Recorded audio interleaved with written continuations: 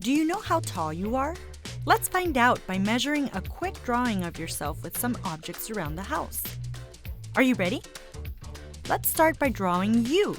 You can do it on a piece of cardboard or ask someone to trace you on the floor with chalk or on a giant piece of paper. Draw your arms, legs. You can even add your favorite shirt. Don't forget that big smile that makes you you. Use tape to mark the top of your head and the bottom of your feet. Now we're ready to measure you.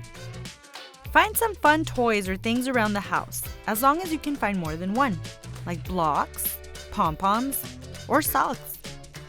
Line them up from your toes to the top of your head and then count them one by one. Can you try to guess how many teddy bears tall you are? 1, 2, 3, 4, 5, 6 teddy bears tall.